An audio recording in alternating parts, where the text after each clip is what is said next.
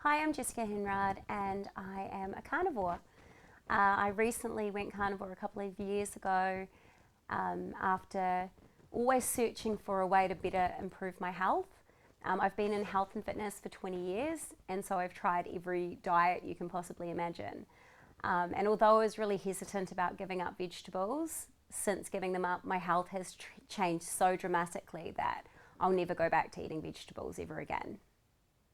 Um, the way that it came about was that my fiance Ant found carnivore. He heard some amazing research about carnivore and about the improvements that people were having with their illnesses and health that were uncurable, that carnivore seemed to be able to cure. So he was really interested about this way of living. He was doing a ton of research, as he does, and came across a man called Professor Bart Kay.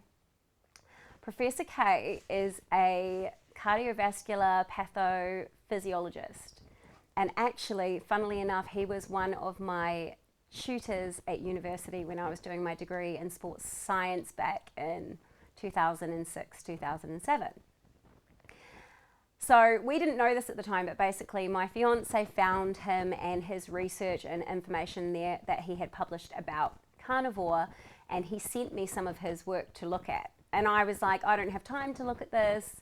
I love my vegetables. I don't want to give them up. I had been promoting plant and not plant-based, but a heavily plant heavy diet. Always prioritized meat, always prioritized associated fats, but always had a ton of plants on the side of that.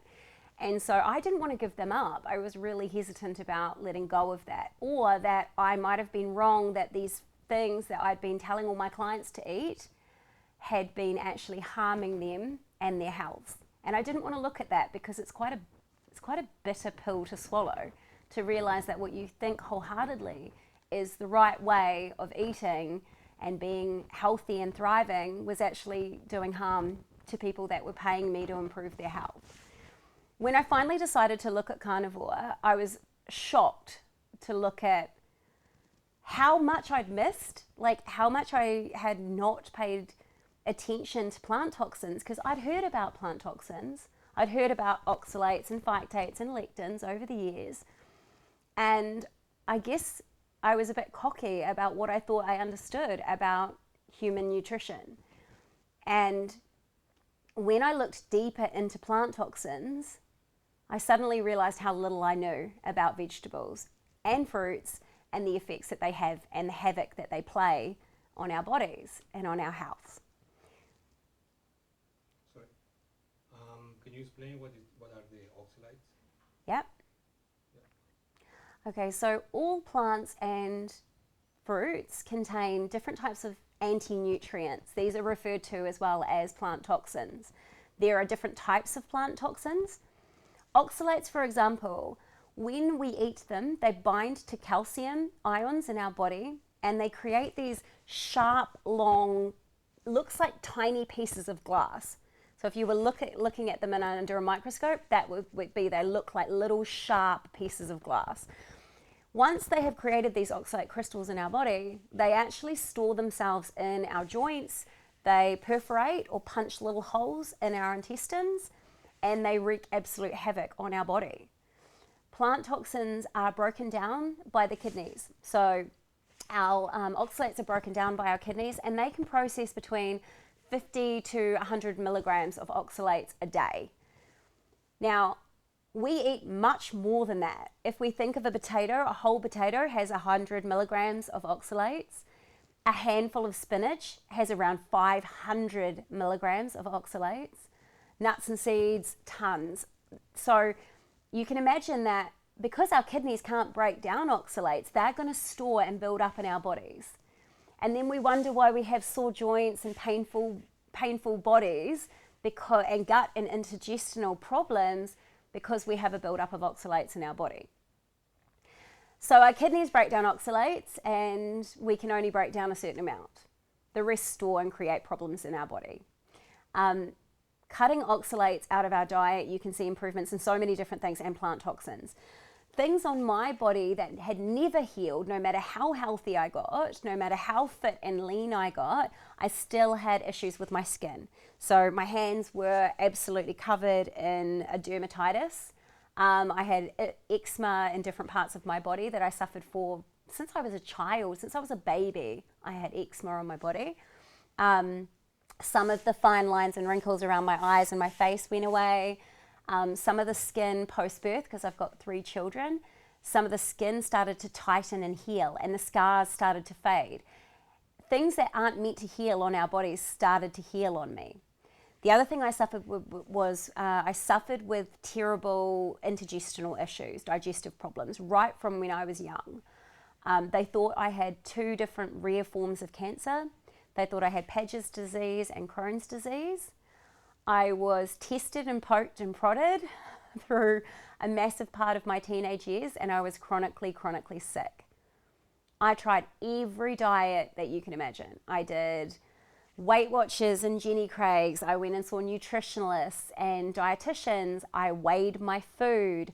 I did detoxes and juicing. I did supplements and potions and powders. I literally have done every single thing, and not only tried it on myself, but tried it on my clients to improve my health. I was always looking for something more, for something better. My digestive system was never happy, and I didn't even realize it because it was always bad. And so when my digestive system settled down, the inflammation around my stomach started to go away, and I started to go to the toilet properly. I realized that I actually had a really problematic digestive system, and I didn't really even realize it. So removing these oxalates, these different plant toxins, these anti-nutrients from my diet has completely changed my health. And I know that it's going to be years before I actually break down and get rid of all the oxalates that are built up and stored in my body. It might take me a decade, might take me longer to get rid of those oxalates, because your kidneys can only process so much. The reason that plant toxins are also called anti-nutrients is because they stop the absorption of other nutrients, hence anti-nutrient. At university, I was taught that if you had a piece of steak and you put some spinach with it, the iron in the steak would be more rapidly and readily absorbed by the body if you couple it with an iron source that comes from a plant matter. It's called heme and non-heme iron. Heme iron comes from meat, non-heme comes from plants. So I was taught that if you put these 2 together, the increased absorption would go up by 25%. That's what I was taught. That's what I spouted out, told all my clients, you must put vegetables with your meat in order to absorb the iron. And it was utterly rubbish. It was so counterintuitive, and knowing now what I know now is that actually eating the spinach with the steak will stop your body from being able to absorb the nutrients from the steak. And it's the opposite of what I was taught at university. I've had to unlearn and undo a ton of things that I learned, a ton of ideologies that I had about food and what we're meant to eat and what it is to be healthy. And I've had to recalibrate what that means in my mind. And it's taken years, because I didn't want to believe that plants could be hurting us.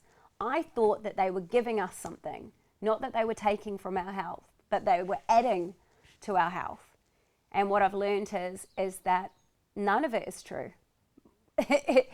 Unfortunately, plants and fruit have nutrients in them, but our body can't absorb them. They bind to different molecules of different minerals in our body. They store in our joints. They rip our gut apart. They cause problems with our skin. They inflame our brain. They affect our mental health. Plants and vegetables are not made for human consumption. We would have eaten plants back in the day, think, 350,000 years plus ago. Our ancestors ate meat. And when we were starving, we would forage for maybe some berries or some root, some root tubers or something like that. But we wouldn't eat that if we had a piece of meat. If we'd hunted and gathered and killed an animal, we would eat that. We wouldn't be turning around going, no, I'm going to have my raspberries that I got off this bush. And so looking at our ancestors and the way that we thrived, the way that our brain grew, the way that we were able to continue and thrive as humans started when we started eating meat. And so the ancestral part for me is a big part of it because it made sense. I was like, okay, what did they eat? What were they doing back in the day before we had this abundance of processed foods, the agricultural industry, you know, the ability to fly different vegetables and fruits all around the world? What would we have eaten? And that was meat. And it made sense that we get every single essential vitamin, nutrient, and mineral from meat alone and nothing else. So this whole idea of a balanced diet doesn't really make sense because a balanced meal is the steak and nothing else. And that was the con that I had fallen for. And I had to look at this really in-depthly and work out where I'd gone wrong and how to improve my health.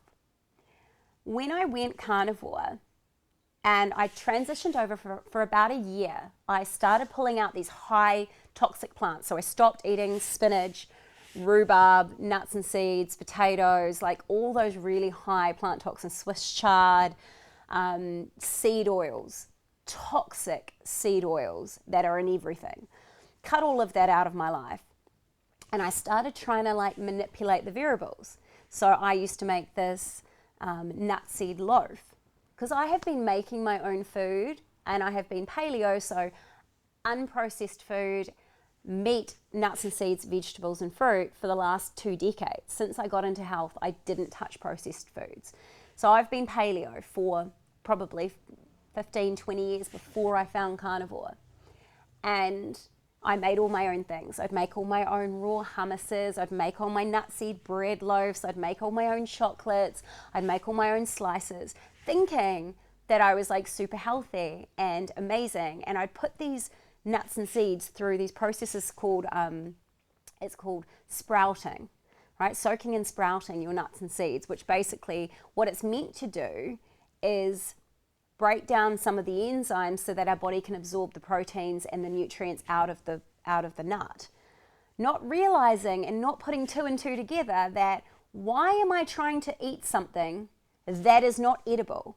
That without soaking it in water and dehydrating it and drying it out and then using that just so my body can maybe absorb some of the nutrients from that plant, I never stopped to think, why am I doing all this? Like, why am I going through these processes? Rather than just realizing that that is not for human consumption, that is toxic, and actually I shouldn't be putting it in my mouth whether or not I've sprouted it or brought it to life. And I never looked further than that. I just thought I was clever. I just thought, oh, look at me, I'm soaking and sprouting, and now I can absorb these nutrients and proteins from these plants that don't want to be eaten. I never stopped and thought about it. I never stopped and thought about the fact that groups of vegetables are called deadly nightshades. And they're called deadly nightshades because they're deadly. They are poisonous. If you would eat a potato raw, it would kill you. If you ate 2,000 milligrams of spinach, it would kill you. Like, if we ate rhubarb raw, it would kill us. Like, these plants do not want to be eaten. And just because we can reduce some of the oxalates or cook them and tip out some of the plant toxins or peel them or take the seeds out to make them less toxic, doesn't mean we should still be eating them. These processes have been around for forever. The reason that our ancestors with tomatoes, when they were making tomato sauce, for example, would take off the skin and take off the seeds is that they knew that it wouldn't upset everyone's stomach. Whereas if they left the seeds and the skin on, which is the most toxic part of any plant, that it would upset everyone's stomach. Now, they didn't need to look under a microscope to see oxalate crystals. They didn't need research papers and journals to prove that plants have biochemical warfare, and that is how they fight back. They cannot run away. They cannot fight you. So that is how they have defense, through these chemicals. And so we can't eat those. And to manipulate the variables to try and eat them it doesn't really make any sense, but that's what I did for a very long time. When I finally saw vegetables and had a more in-depth understanding about what they do in the body when we eat them, I was quite shocked to know and understand that. And I had to swallow some humble pie and actually admit that I did not know enough when I was teaching people about food and health, that I didn't know enough about food and how it actually works in the human body, and change my ways. And so originally, for the first year, I just went low oxalate. I pulled all the seeds out of my nut seed bread, and I put coconut in, and I took the almond meal out, and I did all these things to try and keep them in my life because I really wanted to keep eating this stuff. I loved this loaf thing that I made, and I wanted a vessel that I could put butter on and, and still eat it. And I liked making my kids these, plant-based plates that had, protein on them as well, but a ton of vegetables. And I didn't want to think that I had hurt them. I didn't want to think that the fact that my daughter had really bad digestion was related to me feeding her plants. And I had to really be able to be open to this and open-minded to this and actually look at it with an open heart and open mind and realize that I had been doing the wrong thing. So I did about a year. I slowly pulled out the plants. I slowly brought my quantity down. I slowly upped my meats and fats, and my health started transforming. I started looking at the research. Obviously, my fiance Ant had given me this research done by Professor Bart Kay, and I realized that he was one of my lecturers at university, and I got back in touch with him again, and I learnt more. He had stopped teaching academia because he wasn't able to teach the truth at university. He was inhibited by what he was allowed to actually teach us. And so he now doesn't teach at universities, and he is spreading knowledge about how to thrive and be happy and be healthy and be happy, eating an ancestral way, a primal way, an instinctual way of eating, which is human, species-specific food, which is meat, and associated fats. So I've learned a ton from him, and since being back in contact with him again, I've run a couple of different programs about food, about nutrition. We've done lots of different interviews and podcasts and bits together because we're trying to spread this word. Because I think, like me, everybody seems to be searching for the right way to eat. What is the right diet? What do I put in my mouth? How do I get healthy? How do I have, constant energy? How do I get rid of stubborn fat or inflammation in my body? How do I anti-age? How do I get rid of my wrinkles and my post-baby marks? And we want to share this information with the world, and that is why I'm so vocal about carnivore and how it has changed my health and my life and my kids, because I didn't do this with them straight away. My kids are carnivorous. They eat 98 to 99% carnivore, and they're thriving. Their health issues, my daughter has healed. It was really hard because she was actually pre-diabetic, diabetic, and sick. And it took a lot of healing for her, and she's only 7. And trying to go through that with a child, any parent can understand that's going to be tough. Especially when I had been the one giving her these plants and these vegetables and fruits. And then now I'm turning around saying to her that Mummy was wrong and that she has learnt more and now knows better and has more of a depth of understanding, and that sadly plants don't want to be eaten and they are going to hurt her if she eats them. And what we did with them first of all was the same thing as me. We transitioned them over slowly, and then we got rid of the most toxic plants and we let them keep in the least toxic ones. So in case you're wondering what do I eat? If I want to eat plants, what are the least toxic plants? They are iceberg lettuce, seedless, skinless cucumber,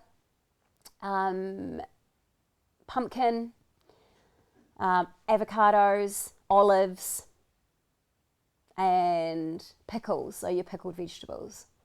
Those are pretty much your safe bet of vegetables if you're going to continue to have them in your life. And I wouldn't recommend that somebody goes from eating heavy plants to going cold turkey carnivore. There is a transitional period that needs to happen over about 8 weeks. It's important for you to do that because your microbiome and your gut health will go through a massive transition, and you can end up with diarrhea and fatigue and headaches, really chronic like detox symptoms if you go completely carnivore straight off the cuff. So it is important for you to go through a transition. It is important to have a depth of understanding about this and to get someone that knows what they're doing to coach you through that. Because there's a lot of, just go carnivore, and then you end up with people not eating enough. And that's a big problem with carnivores. We don't eat enough, especially women that have, taught themselves not to eat too much. They've told themselves never to finish their plates, And so then when we cut all the vegetables and you're just eating meat, I found I was getting full way faster. I couldn't eat even the normal amount of meat that I'd eat with vegetables around my plate. I was finding I couldn't eat that same portion of meat without the vegetables. And so when you first do this, you need to make sure you're getting in enough fats and enough nutrients to sustain you, to provide your cells with enough energy to sustain you until you eat again. So these transitions are important. Not only does our gut go through transitions, but our inflammation and the way that our body utilizes fuel will go through transition. Because if we're used to running off carbohydrates and blood sugar, and we don't have that anymore, and our body isn't fat adapted, and it doesn't know how to tap into the fat that is already existing on our body, then we will get really tired. Then we will get really grouchy and grumpy. And then we think, this diet's making me feel crap. But it's not, it's just the transition. And so having an understanding about that and knowing where to pull back and how to do it is really, really helpful for those that are wanting to heal themselves. I think it's important to also note that carnivore isn't a diet. It is my life. It is my lifestyle, and it is my children's life. It isn't something that I'm doing for a period of time. It is not something that I am dieting. This is me. This is part of what we do now. And the reason I want to make that clear is because even me, I had a mind that it was going to be temporary. When I was still eating those plants that I mentioned before that aren't so poisonous, and I was still having those in my world, when I decided to cut out, and I mean maybe 5%, 10% of my diet was a tiny bit of low oxalate plants, I didn't think it was going to make a difference. I did it just to see what happens to my body if I cut out this little bit of non-toxic plants. What's going to happen? And I didn't think it would be much. And I actually planned to do it for the 90 days and then go back to eating those low plant toxins. And wow. If you've seen the photos, the proof is in the pudding. My body transformed. Body composition changed. I put on lean mass. I lost body fat. My skin, it looked like I had a natural boob lift. The cellulite that I had on my legs and back on bum and stuff went away. My ankle that had always been inflamed. I'd always had cankles. And I always thought that cankles were just a part of my biology. It was just a part of my structure. And no matter how lean I'd been in the past, even before kids, being a personal trainer, being in the health industry, even at my lightest, leanest weight, I always had inflammation around my ankles. And the inflammation went away, and you could see an ankle bone coming up the side of my foot that you'd never really been able to see before. And those 90 days was just a revelation. It was a slap in the face. It was no, this is what plants are doing, even the low toxic ones. This is what plant is doing in your world. And so after the 90 days, it was just a no-brainer. I would never go back to eating plants ever again. And so that was 2001. That was January 2001 was the last time I had a plant. And we are now mid-April 2023. It's been 15, 16 months. My health has continued to thrive. I have gone through different health expressions. So stress is a huge one, and learning more and more about how it impacts on us has been really interesting over the last few months. But my body has been nourished by just what it needs and nothing else. What that means as well is there's no competition. You know, my body's not having to compete against these unnecessary plants and fiber, which is non-essential in the body. Carbohydrates are non-essential. We do not need carbohydrates in our world at all. Zero. That was a really hard thing for me to understand, because at university I was taught that 55% of your plate should be made up of carbohydrates, and 35% would be proteins and a little bit of fat, and that's what I learned. And so hearing that you don't need carbohydrates for energy, I didn't believe it. I was like, this isn't going to work, until I learned that our body makes its own carbohydrates.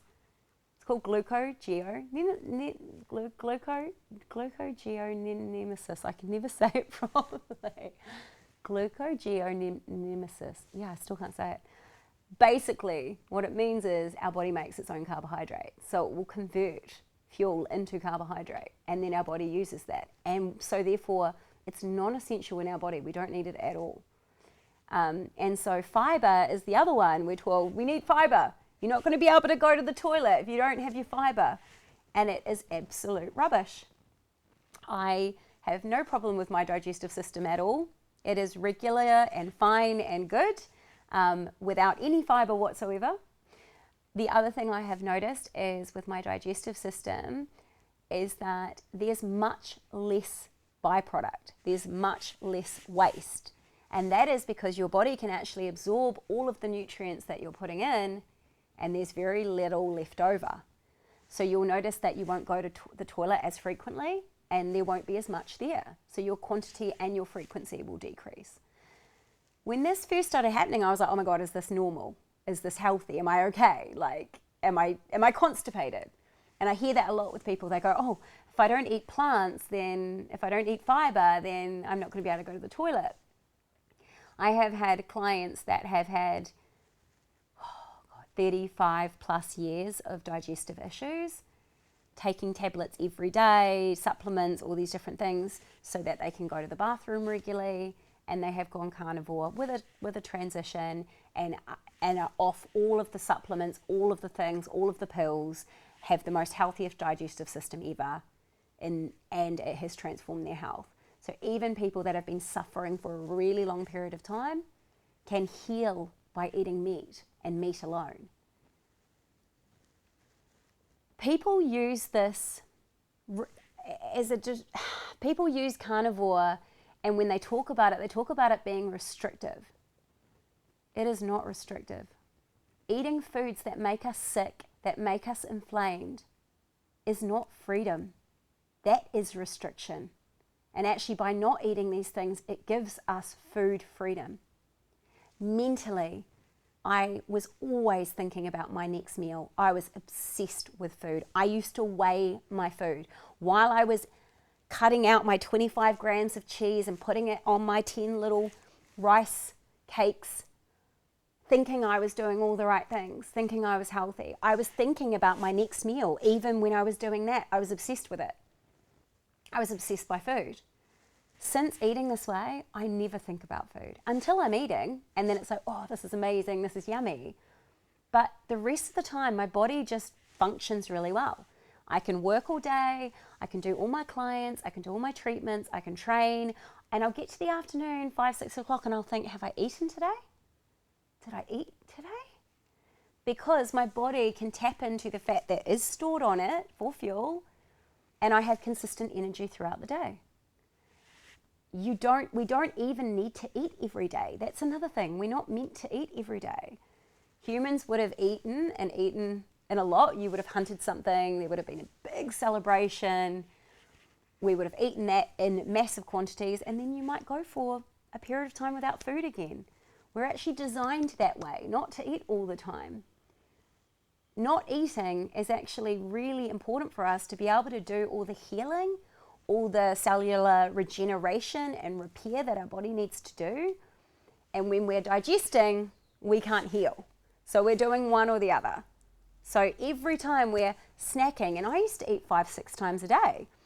I taught all my clients, you must eat every 2.5 to 3 hours, or you're going to slow your metabolism down. Oh. Or, I mean, the crazy stuff that I used to teach clients with such conviction, with such like, yes, this is what's going to help you. And don't get me wrong, people's health did improve. But what I learnt later was that was more to do with the Randall cycle and our body's mechanisms of not being able to basically deal with carbohydrates and fats together. The Randall cycle has been explained and around for over 100 years. It's still not taught at university. I was never taught this. And the Randall cycle is a mechanism in our body that is there to protect us. And it basically means that our body doesn't want to be filled up with toxic sugar, which is toxic for our cells. And so when we eat fat and carbohydrates together, they will block off either the fat or the carbohydrate into the cell as a defense mechanism. And then whatever is left over, be it the fat or the carbohydrates, will float around in our bloodstream, and that's what creates inflammation, and that's what creates illness, and that's what leads to disease. So inflammation equals disease, and that's what the Randall cycle does. That's what mixing our macros does, creates inflammation, systemic inflammation in our body.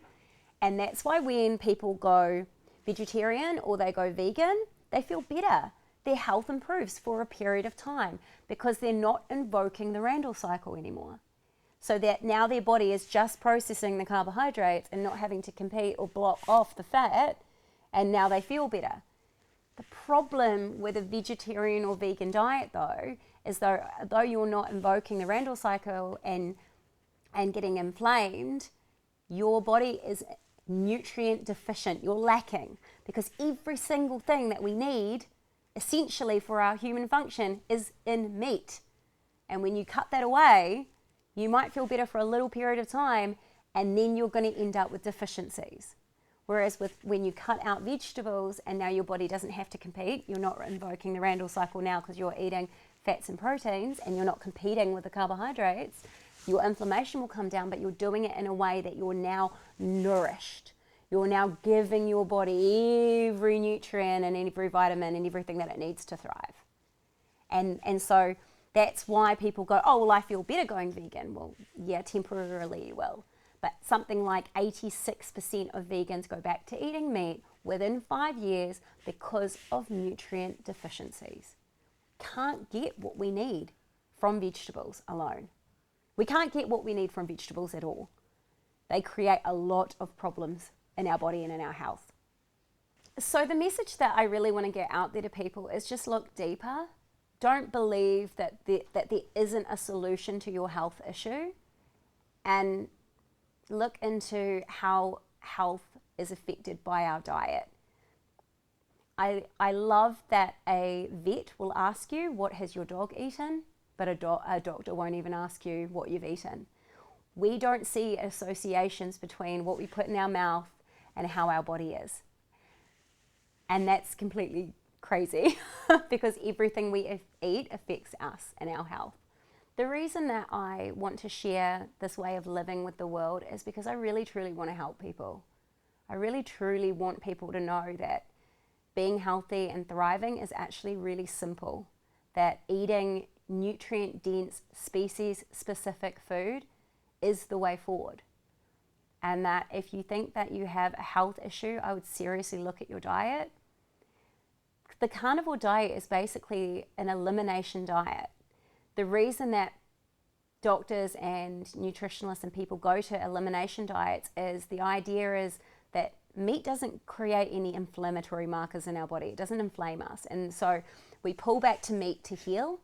And then the idea is that we add things in and see what affects our body in a negative way. My question to you is, why bother adding things in?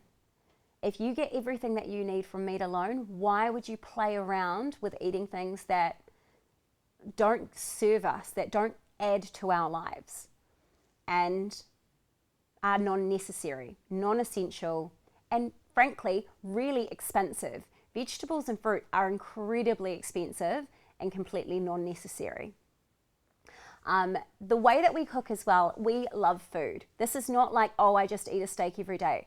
There are some carnivores that can just do that, and they'll just have a steak every day and they'll be happy and thriving.